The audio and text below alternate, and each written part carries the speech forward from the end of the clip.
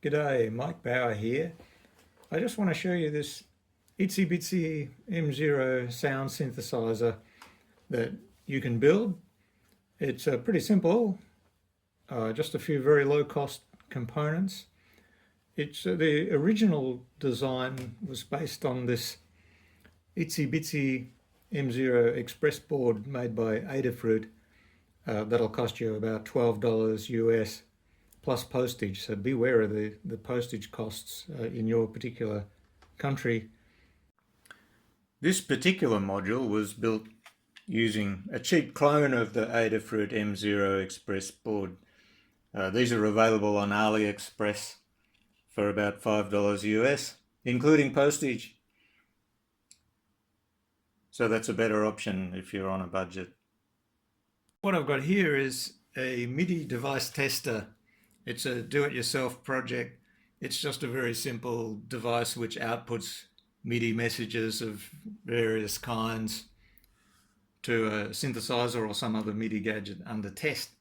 It has 3 touch-sensitive keys so that you can play notes. But I've just got a standard MIDI cable here. I'll plug that in there. That's the MIDI input.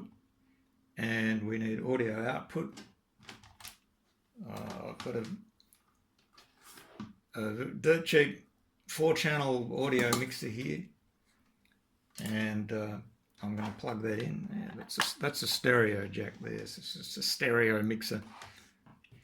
And now we apply power to the synthesizer itself. There we go. And that will power up.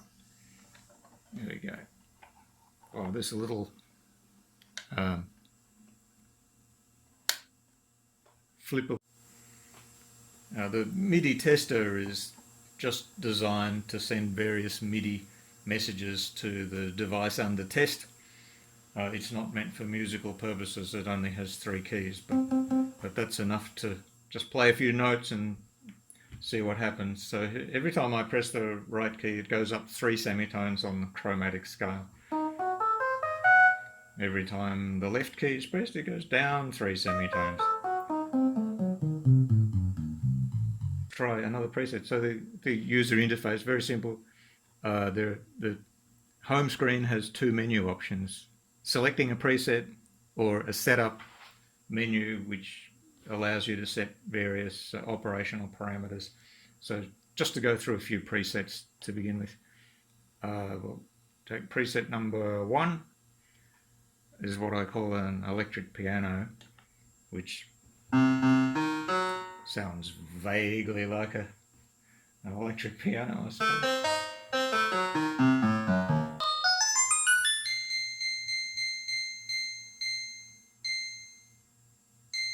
Even the high notes are very clear because there's no aliasing. It uses an additive synthesis techniques with sine waves. Some tubular bells. The additive synthesis technique does a pretty good impression of a lot of bell-like sounds because you can select the harmonics that bells produce. So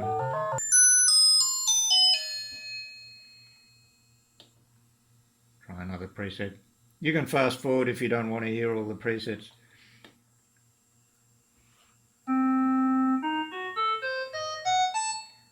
I call this a recorder. It sounds a bit like a recorder. It's a bit square wave-ish, you know, it's got just odd harmonics.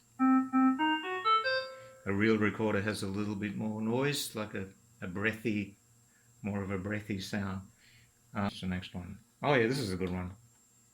I call this a psychedelic oboe. And it's got that characteristic mellow, resonant, almost like there's a filter applied, but there's no filter with additive synthesis. I mean, nothing to stop you putting one in, but this particular algorithm doesn't use a filter, no filter. And yet it's got that lovely resonant sort of sound characteristic of some reeded wind instruments. I should have pointed out earlier, the sound you're hearing is coming through a microphone on a camera, so it's not as good a sound quality as you'd get if you recorded directly from the synthesizer itself. One of my favorites.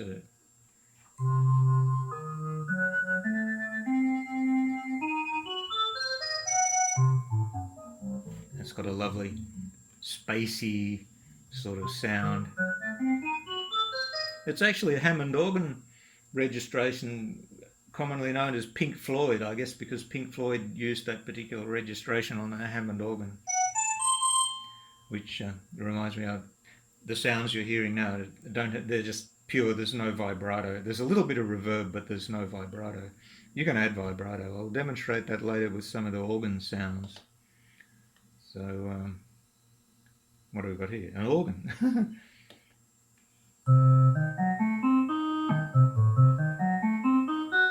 Okay, pretty boring organ. So one thing this synthesizer algorithm does have, it has overdrive capability built in. So let's have a look at some of the setup menu. If we twiddle this knob, we can go through all the different parameters that you can set. Okay, there's a thing called a limiter, which can be adjusted. At the moment, the limiter is off, but I can adjust it to a percentage of full scale. Let's adjust it to say 50%. So it will, the audio waveform will clip at 50% of the normal full scale output. Okay, and select mix again. At the moment it's a 1. Sounds the same, it's not clipping. So to get to the limiter level, we need a bit more gain. So instead of 1, I'll take it up to maybe 2.